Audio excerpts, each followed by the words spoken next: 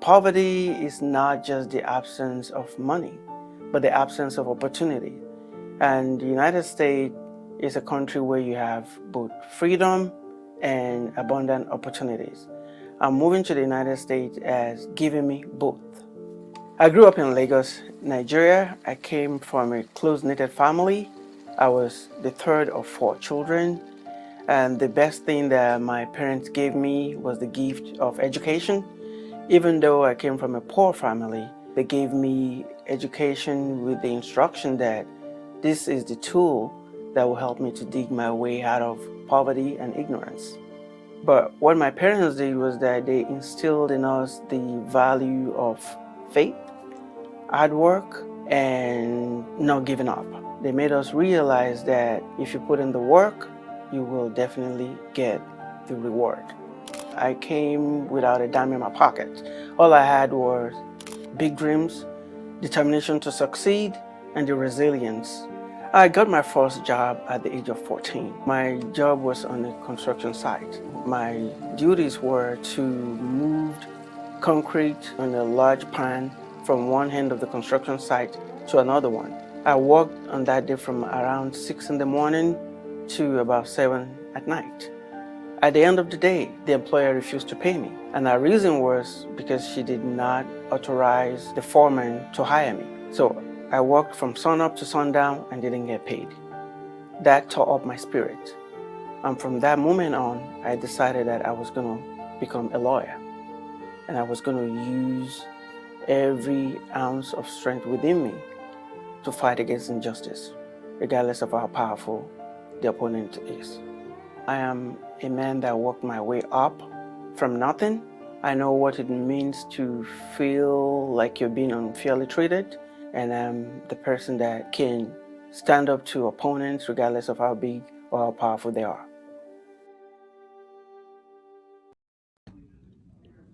Okay, this chair was built in January of 1957 in Chicago by the Theo Kochs Manufacturing Company. They were a very well-known manufacturer of Chicago barber chairs. It was purchased brand new by the David Lynch Barbershop on Columbus's east side in 1957. And it was in continuous use by the Lynch family in their barbershops on Mount Vernon Avenue and then later on Sunbury Avenue, all the way up through the time that I bought it in July of 2021. It was in use just a couple of weeks before I bought it.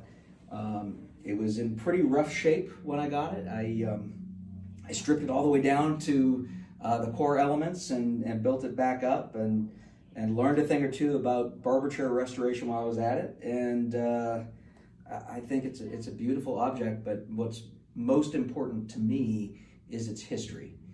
The history of the chair, the history of the Lynch family on Columbus's east side, their critical work in the civil rights movement in the 50s, 60s, 70s, and 80s, and their work in the African American business community in Columbus during that time as well. And I am very excited to have this chair as a beautiful object in my chambers, but even more so as a reminder of those vibrant parts of Columbus's history and of the important work done in those communities. So the folks that come into my chambers, in the lawyers that sit in this chair every day when we're talking about the cases that the court is hearing, are given an express reminder of that vital part of Columbus history and that vital part of Columbus's community. And that, I think, is very valuable. I hope this chair is here long after I'm gone. I will donate it to the county at that point as a reminder of that. So, thank you.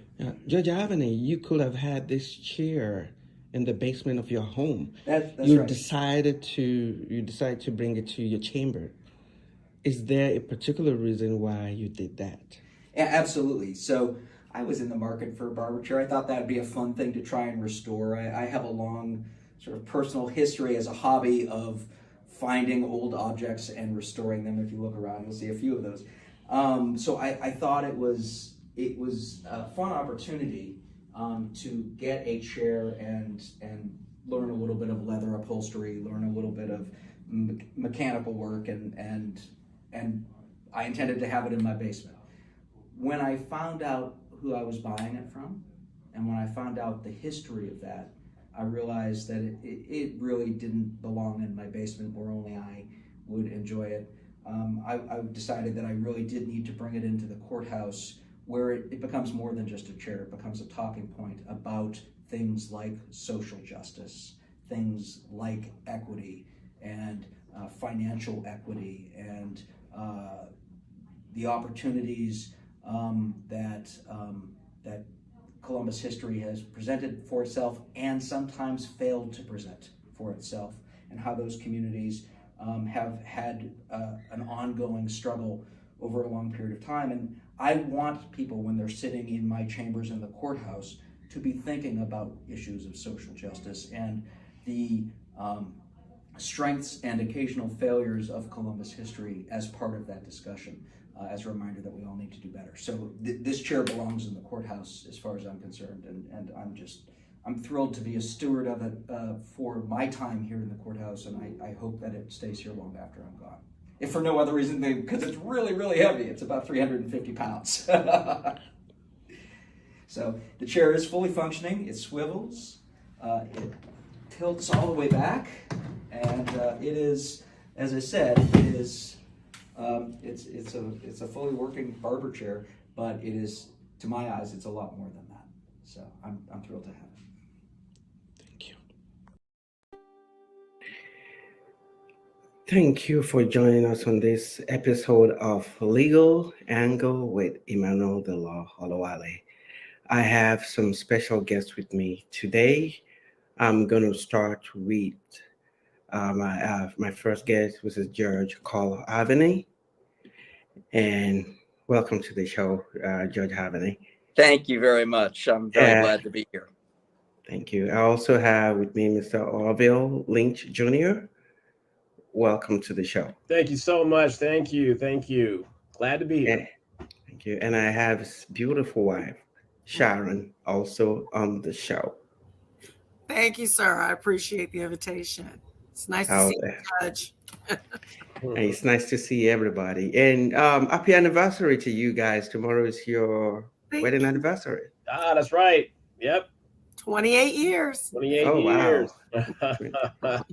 28 years. Congratulations. Thank you. Thank you. Yeah, today we're going to be talking about an iconic barber chair. You know, this barber chair is a legacy of the civil rights in Ohio. It happens to be in the judge's chamber at this time. So we'll be talking about the history of the chair, how it ended up at the courthouse and in Judge Aveni's chamber. But before we go ahead with that, I would like each one of you to tell us more about yourself. Let's start with Mr. Orville. Well, sure. Well, I've got my company is a Careertown Network. I'm the CEO of this that entity, and that company is a recruitment advertising agency, but it's also a tech company, and we do virtual career fair event hosting.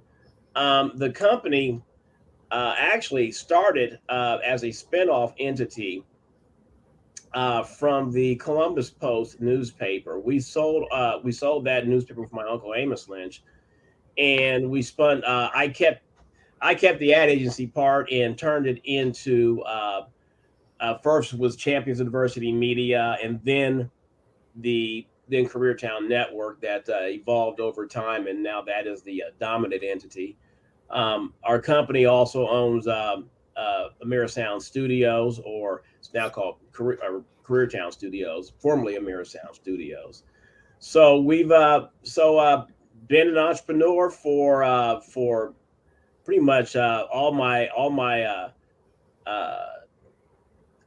my adult life, even beyond that. Even though I did work in corporate America with Fifth Third Bank as a loan officer, branch manager, and out of college, and but was immediately drafted into working with my uncle Amos Lynch as his and Mr. Lewis Smoot, Smoot Corporation, to run the Columbus Post newspaper. So been in the family business, and we've been running this company for It's now gone on 11 years under this current structure, and the company's growing pretty quickly. 5 million subscribers, job seeker subscribers, and employers on the Careertown network. And we're currently in a big Series A equity raise on. So we're growing pretty quickly. The pandemic kind of exploded the whole virtual career fair business. So we're kind of riding a wave right now. Oh, thank you, Ms. Lynch. Thank you.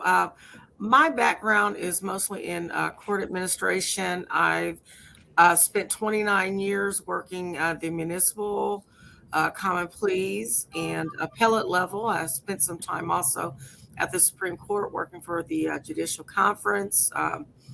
I also am the Vice President of Operations for Urban Trendsetters Media, and I work as the former communications chair for the Columbus branch of the NAACP, and work as social media director for my husband's company, Careertown Network, as well as a few others. And most recently, I had a political podcast, Politics on a Patio, of which Judge Aveni was a frequent guest. Thank you, Judge. And also have worked in campaign management, including for Judge Carl Aveni. Congratulations again.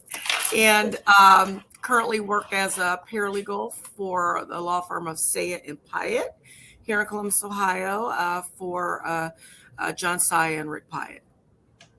Thank you. And Judge Aveni. Yes, thank you. So I'm Carl Aveni. I've been a lawyer for 24 years. And for the last year and a half, it's been my deep privilege to be a judge here on the Franklin County Court of Common Pleas. Not quite a year and a half. I guess it's about a year and 3 months now, a year and 4 months.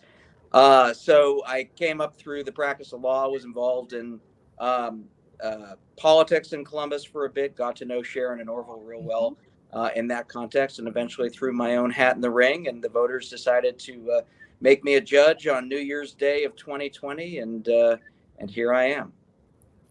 And thank you. And you've been doing a great job on the bench. Thank you. Thank you. And you just added a chair to the bench. I did. Would you Why like a barber chair? Story for a minute? I bet I have the only courthouse chambers probably in the state of Ohio that has a barber chair in the middle of it. That's probably true. Why a barber chair in your chambers? So it wasn't originally intended for my chambers. It was originally intended for my basement. I have a hobby of finding old and interesting objects and restoring them. Sometimes very badly restoring them, in as much as I don't entirely know what I'm doing, but I enjoy it a great deal. And so in July of last year, I decided that for my birthday present was going to be an old barber chair, and I was going to fix it up. And I just thought that would be a fun way of picking up some new skills that I'd never tried before, and would lead to having a cool object in my basement. And so I saw an advertisement on Facebook. I was watching barber chair ads on Facebook Marketplace for about a month, and I saw one that it was a design that I liked, and I reached out to the person that was selling it, and made arrangements to go see it, and I liked it, and we completed the transaction, and I bought it. And in the course of talking to the barber, I got to know a little bit about who he was and his family history, and specifically that he was Orville Lynch's cousin. And I've known Orville, as I said, for a number of years. And so that everything sort of clicked in my head all of a sudden that, wait a minute, this is an old barber chair from 1957. And it has been in the Lynch barbershop since 1957. And all the tumblers kind of clicked into place, and I realized, oh, this is actually more than just an object. It's an object with a really important history and an important connection to Columbus history. And once I started down that road, I followed up with Nelson a couple of times. I think I called Orville or Sharon. I'm not sure who I reached out to first, but but got a little bit more information about the history and came to appreciate that it was really a chair that belonged at the courthouse. And so I have it here in chambers now. And every day I've got lawyers that come in and sit in that chair as part of, in conferring with the court. And there's an invitation on the armrest of the chair. There's a little plaque there that invites them, tells them a little bit about the history of the chair, and invites them to think about the themes of social justice and equity that the chair represents. And that has been richly rewarding. I don't want to presume to tell the story of the chair itself from a civil rights perspective. That's really the Lynch family history and not my family. But now that I've come to appreciate what that history is, having it here at the courthouse, I can't think, frankly, other than in a barbershop, I can't think of a more appropriate place for the chair to be. And so I hope that it's here long after I'm gone, long after I'm retired. I hope to have it continue to be here at the courthouse. I restored it for about 6 months. I did I did my best. There are parts of it I think that look great. There are parts of it that no one will confuse me for a professional upholsterer, but I think the legacy of the chair comes through very well. Yeah, thank you. Mr. Lynch, can you tell us a little bit about your family's involvement in the civil rights movement? Well, it goes really way back. Our family has been really involved in the civil rights movement before there was a civil rights movement. I think that the Lynch family are in Columbus. My grandfather and great uncle, my grandfather, Dr. Hurston H. Lynch, and his brother, Dr. Amos Lynch, were one of the first African American physicians and dentists in Ohio, in Columbus, and my grandfather was an early graduate of Meharry Medical College, or both my grandfather and my great uncle, and my grandmother, his also was a founding graduate of the founding of Spelman. So they came from Georgia into Columbus, and so they really were pretty active in providing services, healthcare services to the Central Ohio African American community, because a lot of times the Black community couldn't go to the mainstream physicians. They didn't have primary care physicians that they could go to, and my grandfather and my great uncle were really did that. Now, then flash forward, my grandmother, she was a writer, and my uncle, her son, my uncle Amos, learned to got into the writing area after he got out of the Navy. My father, who's also a dentist, who passed away a couple of years ago, but he took over my grandfather's practice. So, but my uncle Amos got into the newspaper business very right after coming back from World War II. He was in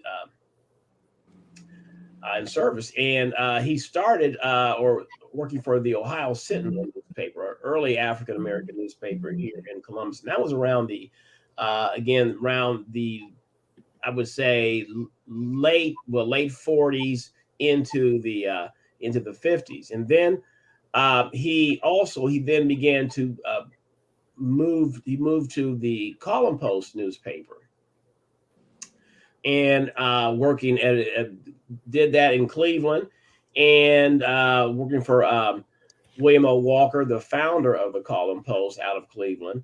And then William O. Walker and my uncle launched the Columbus edition of the Call and Post newspaper, and that was in the early '60s. So that was all during the civil rights era that my uncle ran the Call and Post here, and became the only voice of the African American community in Central Ohio from that point on, and that was throughout all the way up until until he passed away. Well, in this case, look, let me back up. My uncle, it was a big situation. It was a big deal. We launched the Columbus Post together in '94, and my uncle, it was a big breakup between the Call and Post and the Columbus Post, big, massive lawsuit and everything that actually happened. It was a really big deal, $5 million lawsuit, and but that's when I came aboard, and we were financed by Mr. Smoot to launch the Columbus Post newspaper. Smoot Construction financed us as a joint venture, and we launched that. We then sold that newspaper in 2004. I kept the ad agency, as I indicated earlier. But during the civil rights era, though, the Call and Post was the main source of communication and of all of the Black community here, and that was where people got information from the perspective of the African American community at that time frame of what was really going on within the whole civil rights movement. So you had a lot of we all kind of grew up with that. I mean, there was times during the this is when I was in high school. There was I think we were good friends with Judge Duncan. I grew up. He was my neighbor, actually. We grew up but we were all family friends. And Judge Robert Duncan, the federal judge, he was going through great friends of my uncle too, and he was during that time frame. He had a historic desegregation rulings going on at that time frame, and my uncle was also doing the coverage of that, and we were in. And I remember the Klan threatened our entire Lynch family during that time frame, and so we had a lot of that going on. So we lived through a lot of really being on the forefront of the movement. I know my family and my uncle and the rest of the newspaper. It was all part of our lifestyle, going to the civil rights marches and being at key events within Central Ohio that related to major events. Dr. King being assassinated, Malcolm X, everything you hear. The Call and Post was a key part of that, and part of all of the Black newspapers. We were part of a national group of newspapers, and through an organization called the National Newspaper Publishers Association, the NNPA, which is the Black Press of America, and that is the trade association. And all of us networked together, including big publications like Ebony and Jet. We're all part of that too as well, and but we were all networked together. So we were all it was like the Black Associated Press. That's what the NNPA was, and we were all part of that network. So we communicated with Chicago Defender, other groups, And if you go back into the Black newspaper timeframes, the Great Migration, and which I just kind of gave you an example of that. Our family came from, Atlanta, and the newspapers were the vehicle that created the Great Migration of the African American community from the South to the industrial area up north to Illinois, Ohio, big part of that, Michigan, and during the Industrial Revolution and all that, and you had the Black newspapers being a big part of that. So it goes, as I said, it goes way back to what people, the general public or today's generations know about the civil rights movement. It began really during the time frame of the post-war into that post-World War II into the 60s, and which is what people historically remember the civil rights movement as being. And what's really fascinating about that is that at the same time, there's this other thing that's happening in parallel that the Lynch family's also, you know, at the forefront of here in Columbus, which is the development of a, you know, vibrant African-American entrepreneurial business culture as well. And that was all centered on Mount Vernon Avenue, which here in Columbus. And that was where the David Lynch barbershop was. And so David Lynch, Amos Lynch's brother, right, you know, had that barbershop, bought that chair in 1957, and continually used it on Mount Vernon Avenue until they moved and until Nelson took over the business and continued the business at the corner of Sunbury and Fifth. And I know a little bit about the importance of the barbershop in the African American community and the role of that. But I'd love to hear Nelson talking a little bit more about that, because I know that you had some great things to say about that when we were talking before. You know, it's an interesting thing about that. And how it all. Okay, our family. David is my father. Is his younger, and Uncle Amos's younger brother. He's the second of the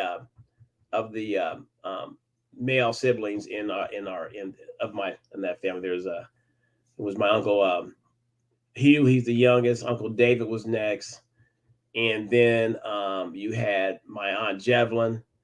She's the only daughter, and then my dad is Orville Senior, and then you had my Uncle Nelson.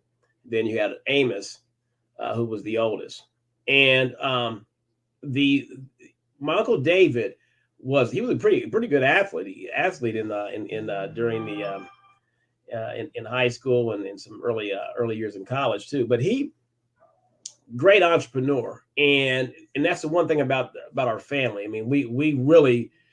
It's in, I got it honestly. It's in our blood to be entrepreneurs. We go way, everybody, as I said, even my great uncle and my grandfather, they were basically running their own practices, and they were entrepreneurs getting paid with chickens. People couldn't afford to go there, getting paid in livestock just to get help for people who couldn't afford to pay him any cash. They would take that.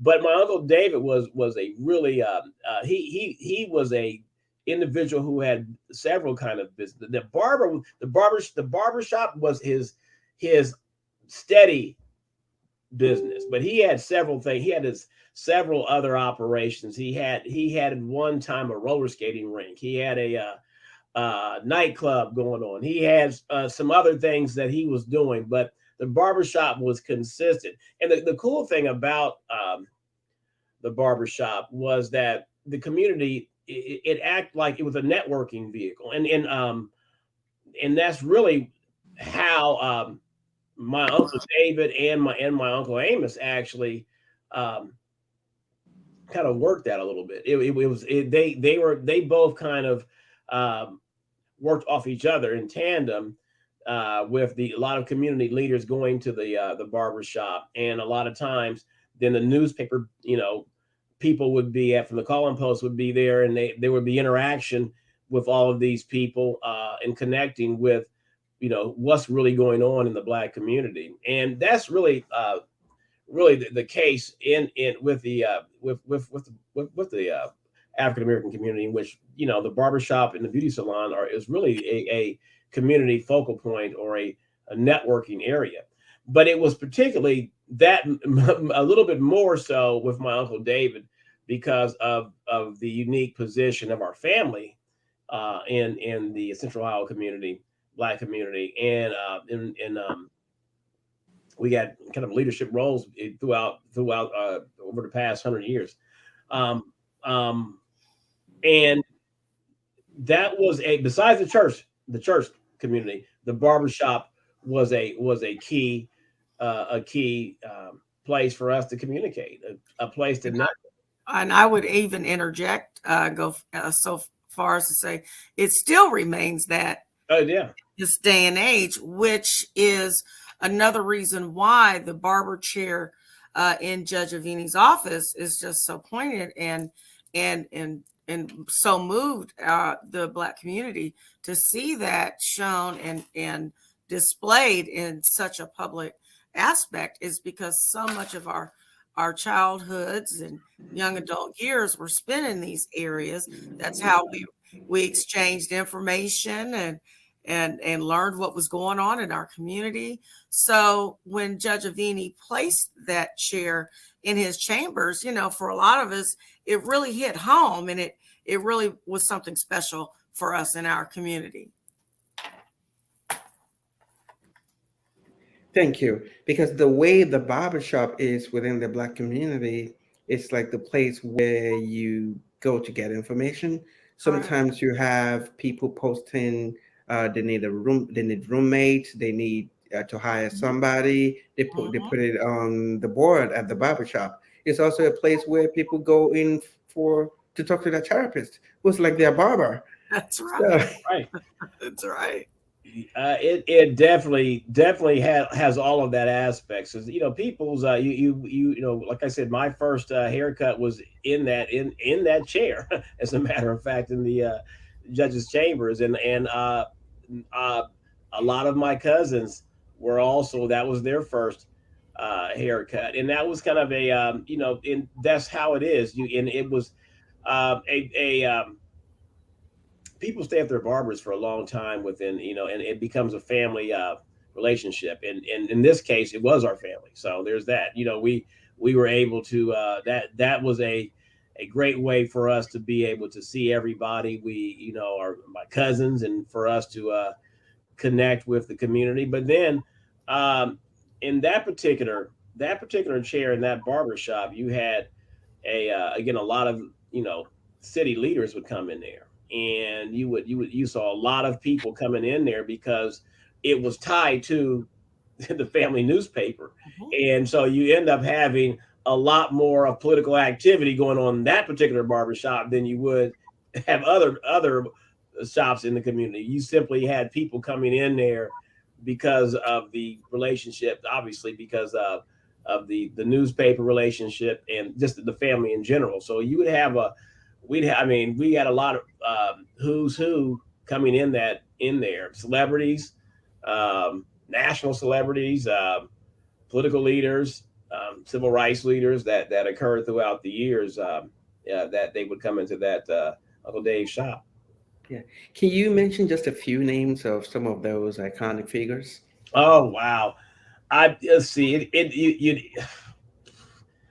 Jesse Jackson. I think Andrew Young came in there. I think it's everybody who would run for office in that in there.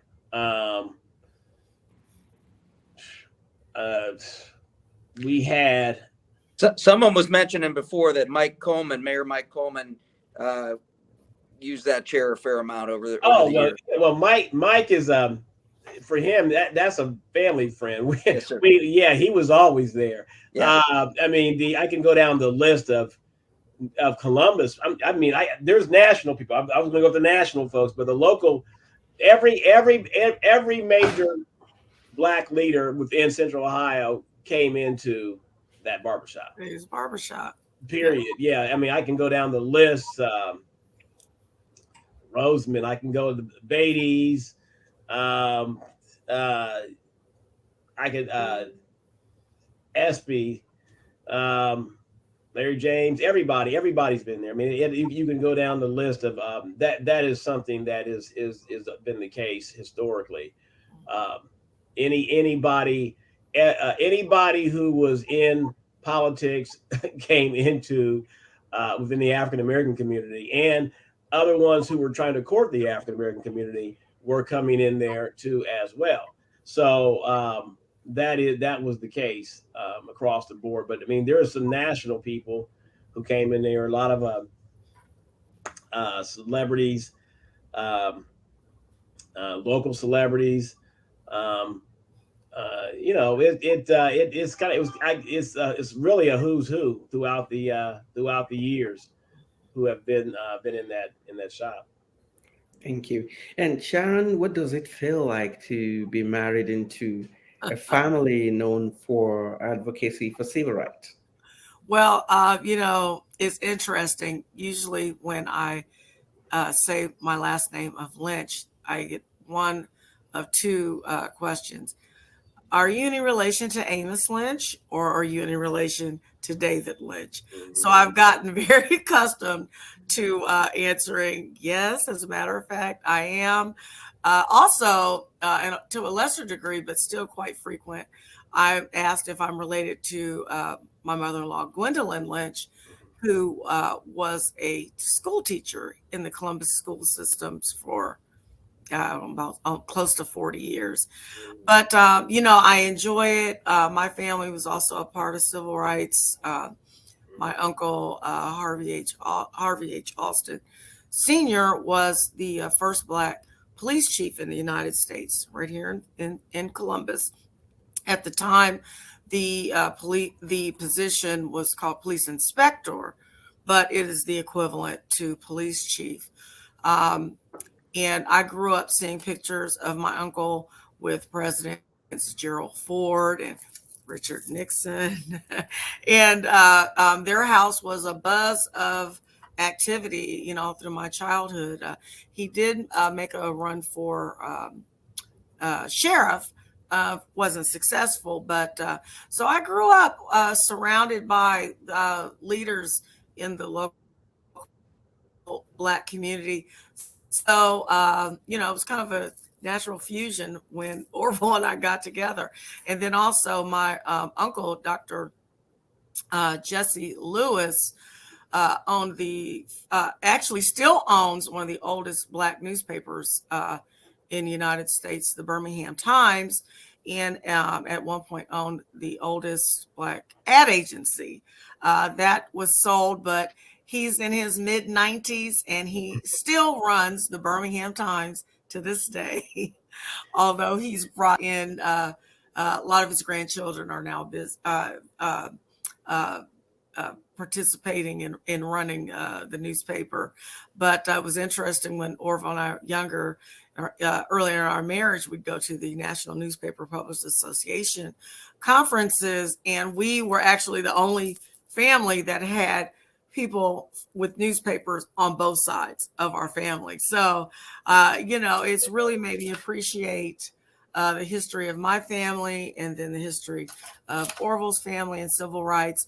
And then to have a good friend and mentor in Judge Aveni, who has now, got a piece of our family's history and has, something so beautiful as to, recondition it and, bring that knowledge to a whole new demographic of people.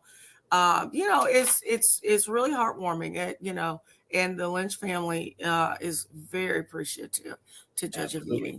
Thank you. Would you like to see the chair? Yeah. Yeah. All right. So this could be a little dicey. We're going to take a quick tour, and there it is. I hope you're centered. I can't quite tell if you are. Yes. There we go. All right. So this chair was manufactured in 1957 on January 7th in Chicago. It was in continuous use until I bought it. There we go. And it is restored to maybe an amateur standard, but I think it looks pretty good. And what I will say is it does fully function, and it is without a doubt the most comfortable chair in the courthouse. The thing I'm most proud of is, and I don't know if you can see this, but I'll just read it. There's a plaque on the arm, and it says, "This chair was manufactured by the Theo A. Kochs Corporation on January 7th, 1957. From 1957 until 2021, it was in continuous use at the David Lynch and Nelson Lynch barbershops on Columbus's East Side, at a time when the Lynch family played a leading role in Columbus's civil rights movement. This chair is part of that history. As you sit here, please reflect on the themes of equity and justice that it represents." And it was really Whoops, sorry about that. It was really that last piece of it that mattered most to me. I really wanted folks to have that chance to think about all the people that have sat in this chair and in chairs like it in the African American community in Columbus over our time, and their hopes, their aspirations, the work that they did to make our society a better and more inclusive and more equitable society, and the work that's still ahead to be done. Because it is not right, I don't think, to describe the civil rights movement as a thing that has a beginning and an end. We are living in the civil rights movement today, and it is incumbent, I think, upon all of us to reflect on that and to decide what role we're going to play in the civil rights movement of our time. And lawyers have an important role to play in that, of course. And the lawyers that sit in this chair are invited to reflect on that. And frankly, I'm very proud of that. So. Oh, thank you for showing us around and for showing us that iconic chair. Yeah. And Orville, what does it feel like to know that a tangible part of your family history is sitting at the courthouse and could possibly be there forever, Well, memorializing your family's history of civil rights advocacy? we absolutely appreciate Judge Aveni, and really that's a special place in the family's heart with that. I mean, we have been blessed, and this is another blessing that we have to to be very grateful for. I think family the Lynch family is the only family in the to have two members in the Ohio, I guess the Ohio Civil Rights, or I guess we have the Ohio Civil Rights Award, or sit in the Ohio Civil Rights Museum, I believe that's what it is. And my uncle Amos and my cousin out of Cincinnati, but. So we've had some honors, but this is the first one of this type, in regards to that part. And I find, and this one is special. One is special to me because of the relationship we have with Judge Aveni. But it is unique in the sense that within the courthouse, it's important to represent justice in the sense that. Where the whole legal process and the fact that justice, throughout the history of the United States, the African American community, had a tenuous relationship with the justice system. So it's great as we go into the future that one of our leaders within the justice judicial system honors the African American community and the legacy that our family represents. And so that's an important testament to the hope of the future, I believe. And I think that an individual, Judge Aveni's he's not African American, but he's somebody who at least understands exactly the meaning and what the gravity of it is, and that's a great testament to you, Judge. And we're that's a great thing. And I think that, and you've seen a lot of I wish we thought it was going to be a post-racial country when President Obama was elected. I think that we knew growing up that wasn't going to be the case, and then in a lot of sense, a lot of things have gone backwards in regards to race relations within the United States. This is a testament that there's hope. There's hope for a better future and a way forward. That's right. Hope in the form of a Barber chair. Well, and because it right. shows the history, it brings it full right. circle. Like, okay, that's exactly right. and it's a unique and creative testament, and it touched the community. Was touched by that, and I think that as well as it should be. and I think it's great for our grandson and I know Nelson had his grandchildren there, his children, and we had a little ceremony when the chair got brought in, and it was really lovely to see Nelson's children looking at the chair and asking questions and then sitting in the chair. It was pretty great, actually. And I think that will be something that, and believe me, that has a great effect on the young people within the Lynch family. And we have been blessed with giving, and we're thankful for our elders to have put a great foundation for it, because it does give us direction, and they have something to really work towards, and that has been a benefit to our family overall, and it helps us continue the mission. All of us are involved in some fashion with trying to continue the legacy of equality, diversity. My career has been defined by that, and we're breaking new grounds, trying to create new pathways, and all of that's an inspiration, and it keeps me moving. And I hope to continue that legacy with the young folks in our family. So it's a great thing. Thank you. And Judge Aveni, I came into the chambers yesterday and I was in awe, of the chair and the old ambience.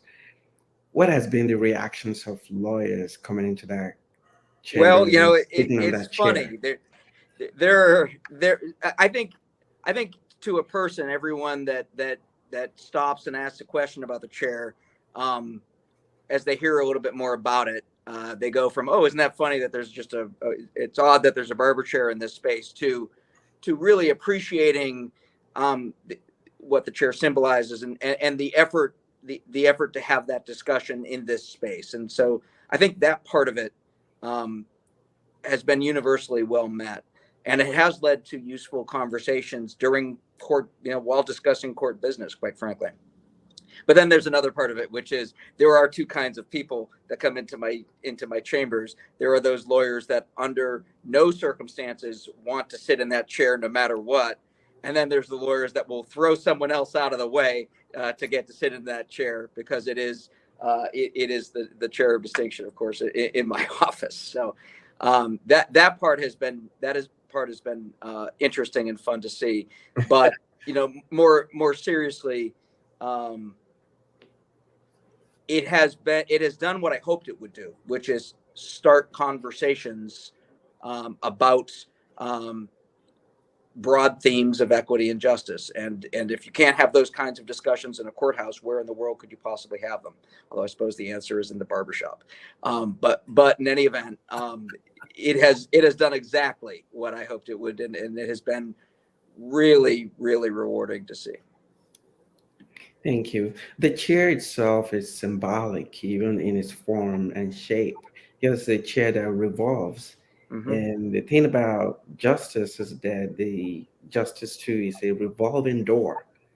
It's cyclical. There's always a continuum of movement, of seeking justice and equity. So having such a symbolic chair in your chamber, how does that make you feel as a human being, not as a judge? Right. Humbled, certainly. I mean, I am, for some brief period of time, hopefully measured in a decade or two, the steward of this object as an object and as a symbol, and then that hopefully that will be passed to someone else here in the same space to continue what I hope to be a tradition, going forward into the future. I hope that this chair, first of all, I hope that this chair doesn't simply end up, behind a velvet rope in a museum. It certainly deserves to be in that sort of a space. It deserves to be reflected on in that way.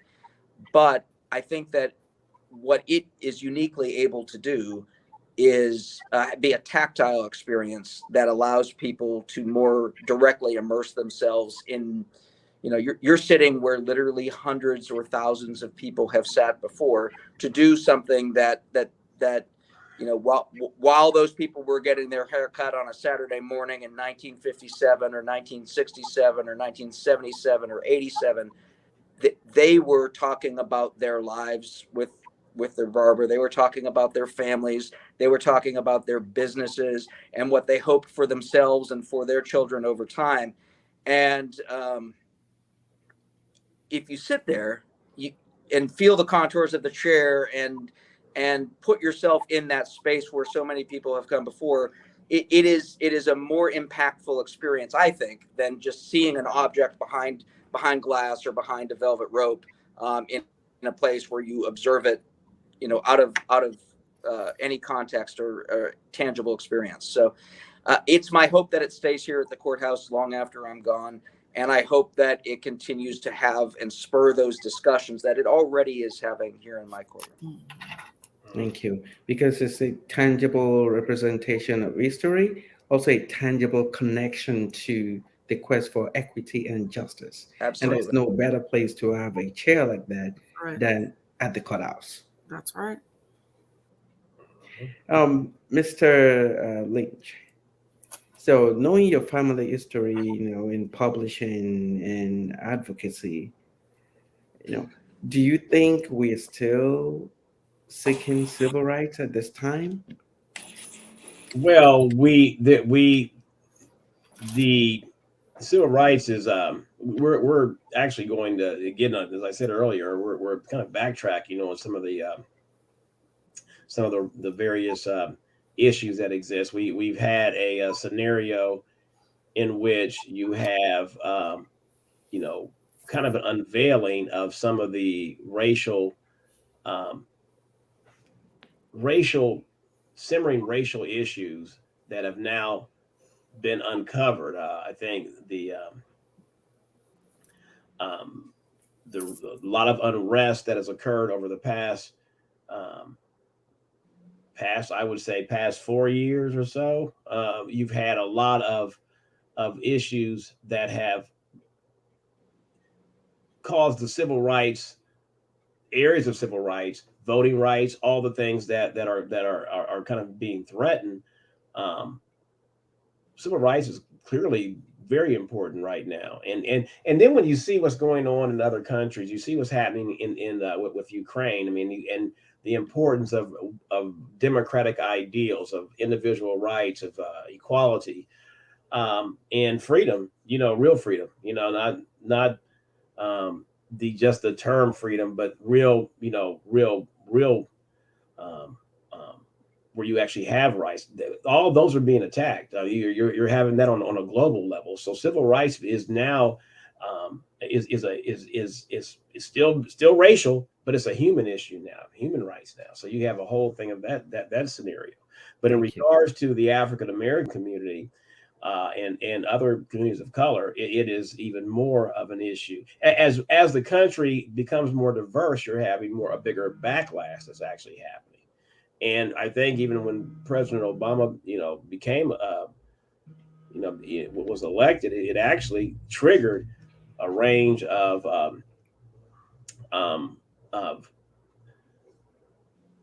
backlash. And it in a sense, you have now a scenario in which you have more unrest, more division, and that's arisen, and you're having more, obviously, a rise in hate groups, a rise in more anti-Semite groups. So you have a wide range of divisions that are happening within the in the American community, and I think that civil rights is more important now than it ever has been in a lot of ways.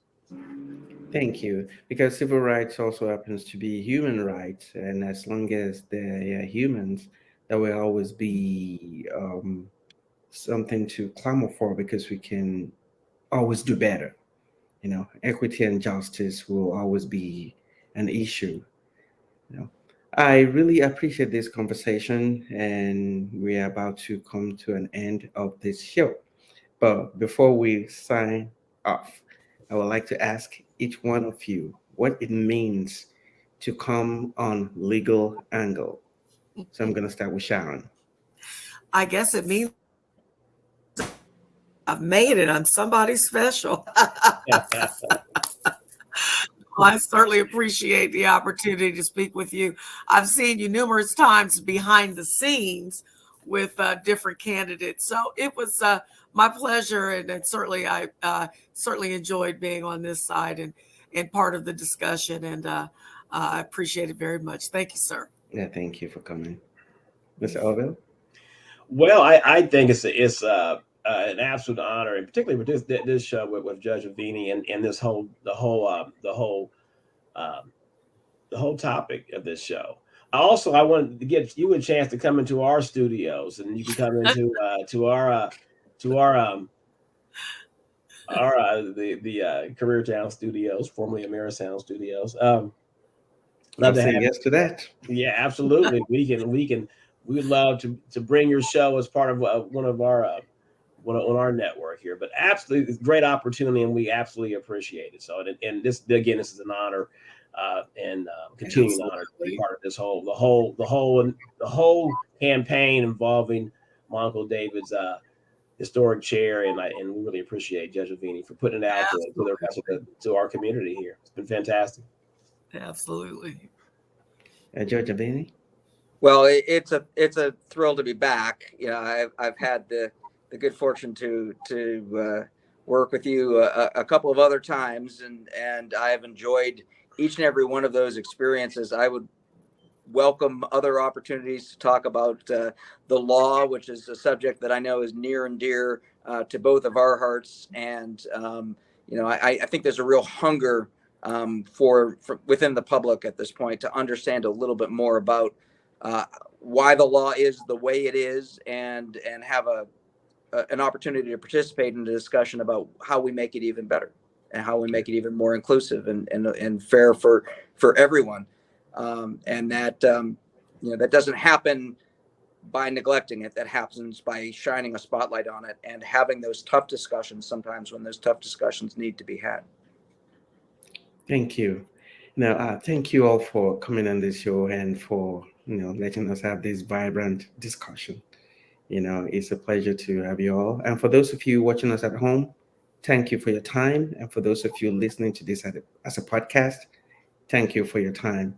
Until next time, when we bring you another entertaining and educative episode, take care and stay blessed. Bye for now.